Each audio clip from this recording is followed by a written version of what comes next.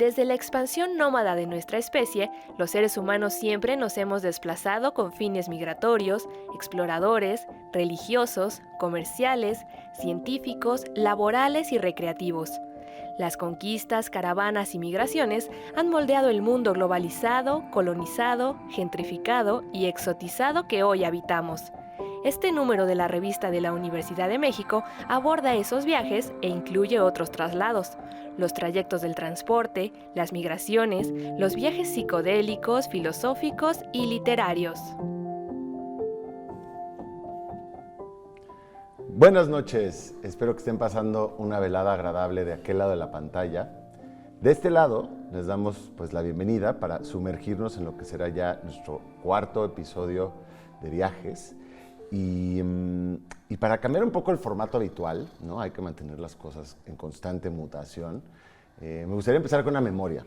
Les voy a contar esta memoria desde cuando tenía más o menos 20 años aproximadamente, y era en la selva en Chiapas, y yo iba cargando un tripié grandote, ¿no? De estos tripiés tipo mamut.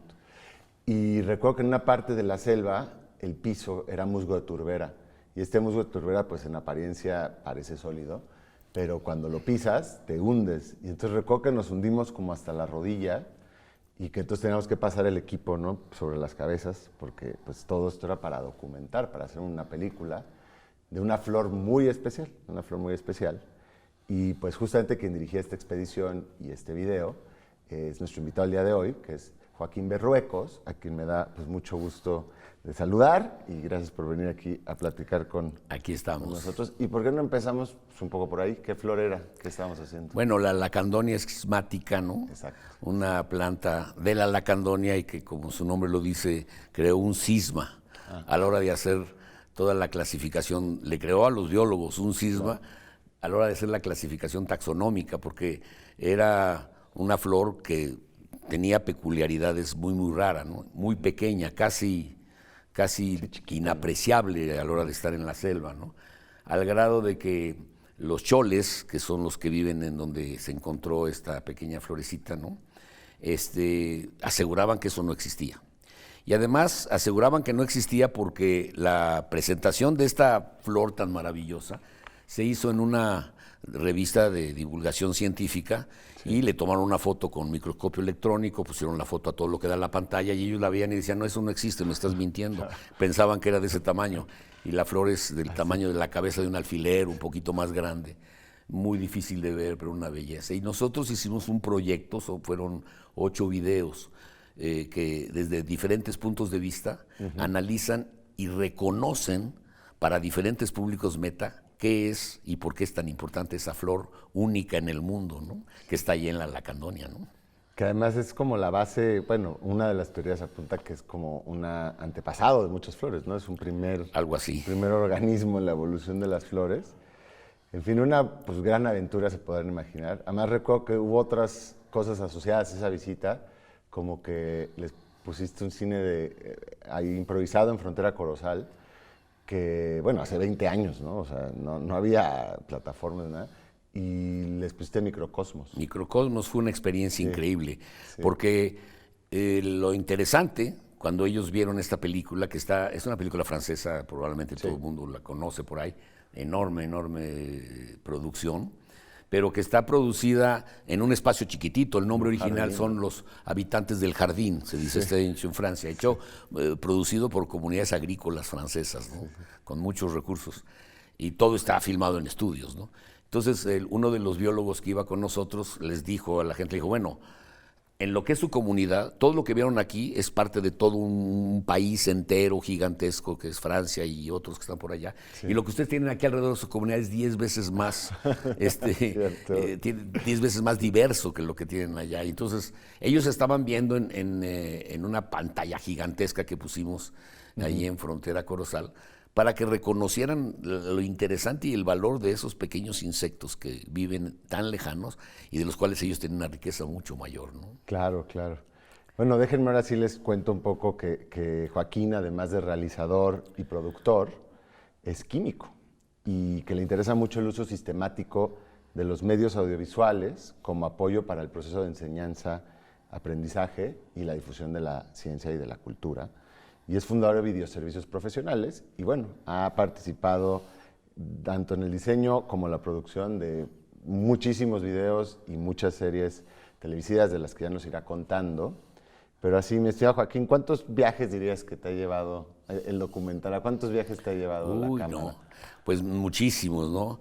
México prácticamente todo el país, particularmente cuando hicimos la serie Ventana a mi comunidad, que es una serie que desarrollamos con niños indígenas, donde la intención es que ellos nos narren cómo es su vida cotidiana, con la intención de acercarnos a ese mundo desde otra perspectiva y de acercar a niños, con esta intención de que los niños no nacen racistas ni nacen odiándose para nada, y que cuando tú los pones en contacto surge un enorme aprecio entre ellos, que es lo más lejano del desprecio, lo más cercano al racismo, ¿no? Sí. Entonces, en un artículo que escribí hace mucho que se llama Una ventana contra el racismo, hay una explicación que tiene que ver con esto de los viajes, ¿no?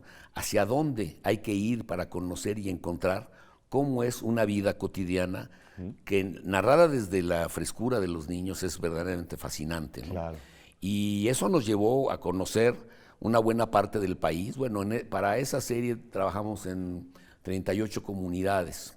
Hicimos más o menos unos 400 pequeños videos de como 50 y tantas comunidades diferentes que tienen alguna identidad propia. La mayoría indígenas, no todas, porque Claro. también los chinos de Mexicali, por ejemplo, los negritos de la costa, los menonitas, los judíos de Venta Prieta.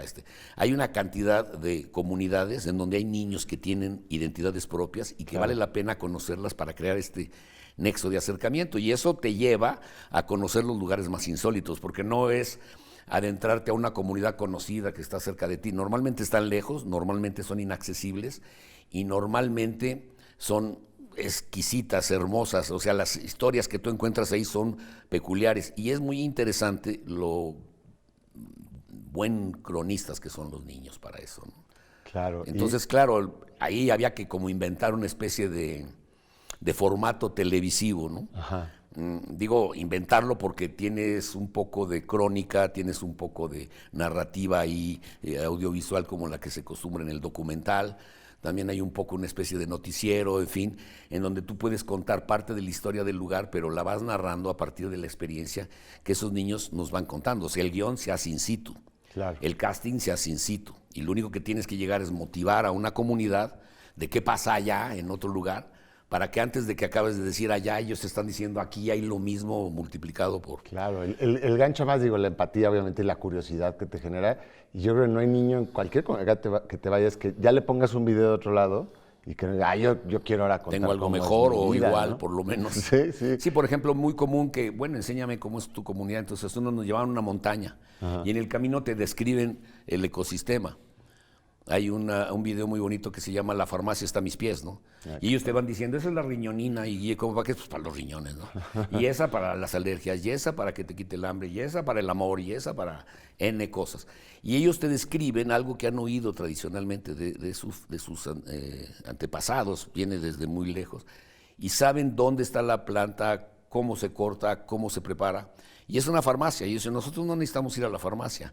Pero esta crónica que te hacen en una montaña, cuando Sí. tú le enseñas en otra comunidad, resulta que sucede algo similar alrededor de una laguna, Claro, o en una claro. barranca, ¿no? O en un árbol, en el mismo árbol hay árboles que tenían 4 o 5 plantas epífitas por ahí rondando, que tenían peculiaridades farmacológicas súper interesantes, ¿no? Totalmente. Y entonces eso te va llevando al lugar en donde, te digo, el guión y el desarrollo de la idea de lo que vas a hacer se tiene que dar sobre el lugar.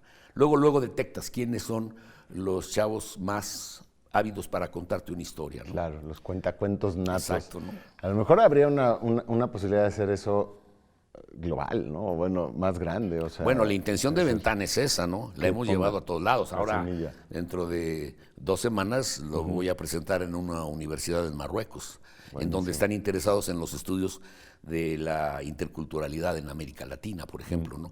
Y vale la pena ver cómo este tipo de cosas tienen impacto y cómo son replicables. Por ejemplo, nosotros replicamos Ventana a mi comunidad en Uruguay, Ya, dentro claro. de un proyecto que se llama el Proyecto Ceibal, en donde ellos metieron muy fuertemente la cuestión de los videos en el proceso de enseñanza-aprendizaje, en la educación. Y cuando conocieron Ventana, bueno, pues les encantó y hicimos una réplica. Claro. Algo interesantísimo de tratar de permear en Europa, en España particularmente, en el Ecuador, en otros lugares en donde cuando lo ven dicen queremos hacer lo mismo y el modelo ahí está, ¿no? Para que se replique. Y además, digo, ya para luego saltar a alguna otra de las series, pero también pensando que ante la extinción cultural que se vive, pues esto también tiene un valor documental Exacto. muy importante, ¿no? Sobre todo porque lo que estás diciendo es una verdad que ahí está, ¿no? O sea, nosotros no inventamos nada de eso y llegas a una comunidad con un nivel de desconocimiento cultural y ecológico y demás enorme. O sea, tú eres un ignorante cuando llegas a esa comunidad y sales especializado en temas que ni siquiera sospechas que ibas a conocer. Ese es el gran descubrimiento de este México oculto, escondido, desconocido, Sí, que de alguna manera vale la pena hacerlo copartícipes. Por eso la producción televisiva y documental es tan importante, Está la porque fuerza. le llevas al otro lo que es una experiencia personal o particular. Y para eso normalmente tienes que viajar, tienes que moverte, porque si no concibes, esto puede suceder en lugares muy cercanos. O sea, nosotros parte de algunos videos que hicimos los hicimos cerca de la ciudad. No puedes imaginarte aquí en Milpalta, los nahuas de Milpalta, las tradiciones que tienen, Totalmente, que ahí están y que nada más es cuestión de descolgarse De media asomarse. hora y verlas, ¿no? O las muchas comunidades indígenas que viven en el centro de la ciudad. Claro. Triquis, a los triquis los ves vestidos en esa ropa hermosísima que presumen cuando van por la calle. Nahuas, triquis, hay muchos pobladores de comunidades cercanas que llegaron a la ciudad en busca de una subsistencia. Muchas mujeres vinieron a trabajar en el servicio doméstico y muchas redignificaron su trabajo y ahora los ves vendiendo sus muñecas y organizándose en comunidades en el centro de la ciudad que uno ni se las imagina, ¿no? En efecto. Bueno, se nos acaba de ir ya el primer bloque. No le cambien porque ahora que regresemos vamos a hablar de Islas de México y de otros parajes. Vamos y venimos.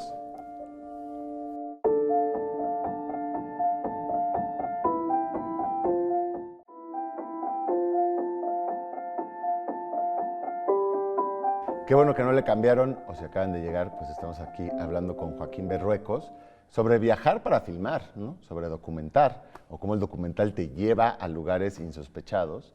Y como empezamos el programa con una memoria, me parece que está bien abrir este segundo bloque con otra memoria, que es uno de los lugares, yo creo, más exóticos en los que yo he estado. Exóticos en el sentido de que no puedes visitarlo, a menos que tengas una razón para ello, que es, digamos, uno de los últimos lugares de México, y puede ser que muchos lados del mundo, que está totalmente cerrado al turismo, ¿no? Y eso es Isla de Guadalupe, está en el Pacífico, es una isla muy grande, lejana, y es una locura de sitio. Todo es endémico, ha habido capítulos de extinción terribles, pero al mismo tiempo capítulos de tremendo esfuerzo por la conservación.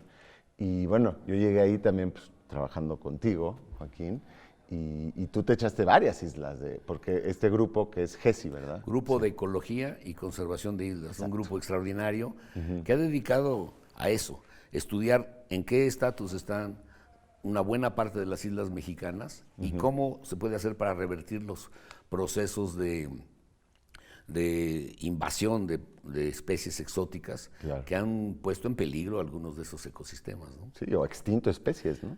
Sí, digo, es interesantísimo cómo tú puedes pasar de una especie de una enorme biodiversidad a una extinción en cuestión de unos años, porque se invadió con ratas, ¿no? Sí. Porque las ratas pues encuentran un paraíso en donde tienen los huevos a la mano, donde el pájaro no sabe qué es ese bicho, comen, se reproducen y un par de bichitos, un macho y una hembra en un año pueden volverse 50, 60 mil, no sé, una cosa así impresionante, y el tema es cómo controlar eso, ¿no? Claro.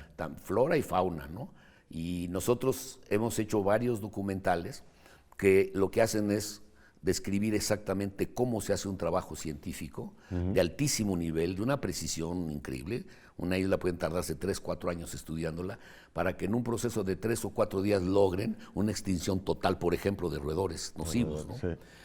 Hay otras islas en donde hay roedores, pero que son roedores endémicos de una isla pegadita, que tienes que conservarlo, pero no acá. Sí. Entonces, ¿cómo haces para jugar a ser Dios, ¿no? Y extinguir en un lugar algo que es dañino y conservarlo en el otro? Sí. Y los trabajos de investigación que hacen ahí, cuando me invitó Alfonso Aguirre, a participar en esto, no imaginé el mundo maravilloso. Entonces, hemos recorrido muchas de las islas del Pacífico y algunas del Golfo y las zonas de allá de Chinchorro, que están por allá por Yucatán, que son impresionantes, muy bellas, pero lo más interesante es poder documentar ese ritmo y esa calidad con la que trabajan los científicos mexicanos, muchos anónimos, haciéndole un bien al país impresionante, porque estas islas son el punto de reencuentro y de anidación de cantidad de aves migratorias que son clave en los procesos ecológicos de este planeta, ¿no? Entonces lo que hacen es muy valioso y es poco conocido, ¿no? Sí, sí. Vale la pena echarle un ojo porque además son infatigables, ¿no? Trabajan en todos lados y bueno, hay que pensar que México pues tiene mucho mar, ¿no? Somos un país bendecido con eso. De hecho, tenemos un propio mar, el Golfo de California. Es impresionante. Y es impresionante. Y claro, ellos trabajan en varias islas. Pero bueno, no nos vamos a quedar ahí. Esa es otra de muchos documentales, ¿no? Y a lo mejor vendrán más islas. Sí, ahí hay trabajo para la vida, ¿no? Y entonces ahí, mira, está bonito. Comunidades, ¿no? Y niños, infancia en comunidades, vida cotidiana, legado, digamos, ecológico. Y a lo mejor podemos saltar ahora al legado pues, cultural de las civilizaciones antiguas. Arqueológico. Sí, México. Nosotros hicimos una serie que se llama Bitácora del Arqueólogo, que nos permitió conocer desde las pinturas rupestres que están en Baja California, en la Sierra de San Francisco, que son algo verdaderamente extraordinario, muy inaccesible, y a donde pudimos por primera vez tener la fortuna de meter plantas de luz para iluminar de noche unas cuevas que de día se ven de una manera, al atardecer de otra, pero que con luz artificial surgen imágenes que no habías visto en el día, ¿no? Y entonces eso es en Baja California y del otro extremo, Cojunlis, Quinisnas, Ibanché, varias zonas conocidas y unas muy desconocidas. Ahora, gracias al Tren Maya va a ser muy fácil reconocer muchos de estos sitios, pero hasta hace poco eran absolutamente inaccesibles y estaban en procesos de reencuentro con los arqueólogos. Entonces nosotros nos abocamos a ser los cronistas de lo que los arqueólogos iban descubriendo en esta serie que lleva esa Bitácora del Arqueólogo. Es una serie, la pueden buscar en YouTube o en alguno de los canales o de las plataformas que nosotros hemos hecho para dar a conocer nuestro trabajo, y es muy interesante ir de la mano del arqueólogo en lugares muy distantes, o sea, lugares que además lugares de conservación arqueológica muy desconocidos, como Cantona, por ejemplo, que muy poca gente va en Puebla, o lugares muy conocidos, pero que tienen dentro de esos lugares muy desconocidos como es Palenque. Cuando nos encontramos con la Reina Roja, que llevaba 800 años de ser enterrada, una reina llena de cinabrio, óxido de mercurio, ¿no? Es el momento en que tú destapas y ves eso. Te imaginas que estás viendo lo que vivió Rus ahí con Pacal, ¿no? En la pirámide contigua, ¿no? Y ese descubrimiento que nos tocó vivir y documentar y todo, pues es muy emocionante volverlo colectivo, ¿no? Porque esa es la gran ventaja de la televisión, el cine, el documental, volver colectivo una experiencia personal, ¿no? Hacerla de todos, ¿no? Y encontrar la manera de que esa traducción en términos del lenguaje sea algo muy agradable para el público, ¿no? Entonces, la parte de Bitácora del Arqueólogo nos llevó de un lado al otro del país. Y bueno, también trabajamos muchas cosas subacuáticas. Particularmente todos los trabajos de investigación para descubrir una de los más importantes naufragios que existieron durante la colonia, que es el hundimiento de Nuestra Señora del Juncal. Entonces trabajamos en el Justo Sierra, el barco de la UNAM, mucho tiempo viendo cómo se hacía para tratar de encontrar un barco que no han podido encontrar, que probablemente esté en la zona de Campeche, pero en donde toda la investigación científica para planear matemáticamente cómo pudo haber sido el suceso que hundió a ese y a otros barcos de esa flota de 1640 y tantos, ¿no? Y de cómo esa búsqueda, al margen de que se encuentre o no, da la oportunidad de crear una escuela de todo lo que es la investigación subacuática. Muy importante. La maestra Pilar Luna, que en paz descanse, era maravillosamente necia en la forma de hacer ciencia alrededor de la búsqueda del patrimonio subacuático que tiene México. Entonces, meterte a bucear y meterte allá abajo, conocer, De hecho, tuvimos la fortuna de crear un taller de video subacuático, porque habíamos trabajado mucho ya en el fondo del mar, haciendo particularmente un documental que fue muy interesante, que se llama Arquitectos Milenarios, refiriéndonos a los corales, que son arquitectos milenarios de construcción de muchísimo más arquitectura que la que ha producido el hombre en todos sus 3.000 a 4.000 años, en términos de volumen, por lo menos. Y Arquitectos Milenarios, trabajado abajo del mar, nos dio la oportunidad, eso en México, en el Caribe mexicano, en el Blue Hole, en Cuba, en lugares en donde los mares son verdaderamente mágicos, y mientras no se los lleve el calentamiento global o el blanqueamiento de los corales, eso es un paraíso indescriptible que hay que documentar por lo menos, ¿no? Claro. Pues eso nos llevó a trabajar primero en un modelo de capacitar o enseñar el uso de la tecnología del video abajo del agua a las generaciones nuevas de arquitectos, de arqueólogos subacuáticos, y luego trabajar en este proyecto de la búsqueda, que no rescate porque no se ha encontrado del Juncal. Ahí está esperando a ver cuándo. Me encanta que haya un barco lleno de oro y plata y estas cosas, ¿no? Que todo el mundo por ese punto, claro, tiene el interés digo, es que si se encuentran ese oro y plata, nada más lo van a poder exhibir porque no sirve para otra cosa más que para verlo, ¿no? Claro. Oye, y también mucho de cortar brecha, porque claro, es el inicio del video, te tocó también, ¿no? Ese intercambio. Pues sí, digamos, yo prácticamente no toqué el cine, porque siendo muy joven, el cine era muy inaccesible en términos económicos, ¿no? Claro. Y muy amigo de los del CUEC, incluso me tocó dar algunas clases en el CUEC cuando yo les decía, es que el rollo va para el video, ¿no?